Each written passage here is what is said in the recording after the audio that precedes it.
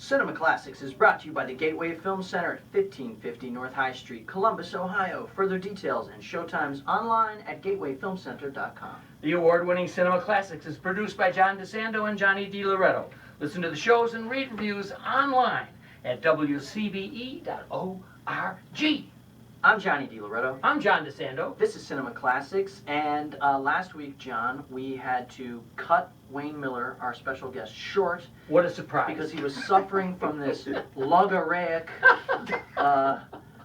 logorrheic, I just made that word up. No, but we got him talking about Sherlock Holmes, and we could not stop him. So the conversation, we're going to pick up the conversation. No, we're doing it again. Are you kidding? We are actually going to do it again. No, we're going to just pick it up where we left off. Yep.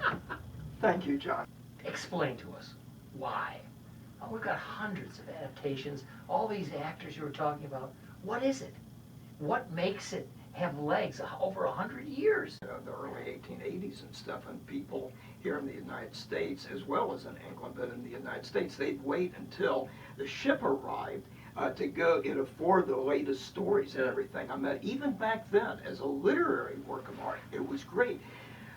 Conan Doyle killed Holmes off, was kind of tired of the character and the stories and everything, tried to kill him off, but after, I think it was maybe about 10 years later, that resurrected him because of the outcry, the continued outcry from the public for more Holmes stories. You know, John, there's like a handful of characters that can withstand this sort of like just constant reimagining and constant revisionism, but then traditionalism, and I would say James Bond is a figure that holds up under these different kind of iterations.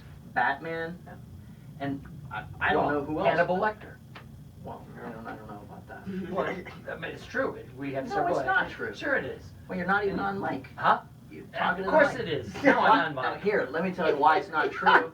Hannibal Lecter does not measure up to Bond, Batman, and Sherlock Holmes in terms of his cultural sort of significance, how people respond to the character. He has only been played by 3 people, maybe 3 or 4 people now. 4. I wasn't questioning. 5. I wasn't questioning the superiority of yours. No. But I mean, But he's got a long way to go. Okay, give him. Well, give let him me a throw chance. another one out there. You brought up a villain, I would say Jack the Ripper. That is so many different film adaptations. Well, now you guys are off and running on a totally different show. Hey, maybe You know, I think I just want to know, what is it about this dude? Yeah, I think it's because he's this archetype of masculine. It's rationality. It's a rationality, but also I think it's. I think people respond to the intellect of it, but also it's just. But you're right. It's something about that, and I've asked people. I've gone for years. Don't you think? I'm telling you. Listen, my point is saying that if you answer what it is about James Bond and what it is about Batman, I know.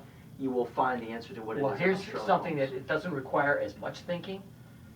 It's the beginning of modern time, and I think it carries over that rationalist from the 18th century, that rationalist love of that counters the love of romanticism. Anyway, I don't know.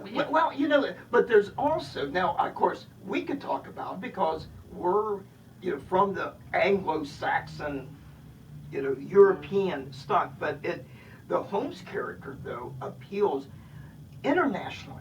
I meant there is as much love in Asian countries, particularly Japan, for the Holmes character. One time in London, I was there, I went to the Sherlock Holmes pub and was eating, and here came a group of 20 Swedes on vacation who came to London specifically because they were the local Stockholm chapter of Holmes Society. And great people, but it appeals to so many other people, not just to Americans or the British. Yeah, I think it's that fantasy of competence. It is, and you know something? It makes me think how well it survived World War I and World War II. Yeah. And not largely because, but I'm sure it was enforced because of his ability to control his environment, his ability to understand when the Great War and afterwards the world was just chaos. And he wasn't a perfect character. He had his flaws. He recognized his flaws. I think anybody who's really seen the movies or read the stories, Sure. they recognize, his inability to really connect with some people, his inability to feel romantic love, his cocaine addiction. There are a lot of reasons There's a why. lot like you. There are a lot of reasons why Conan Doyle gave him these flaws. He did not want like a perfect Superman.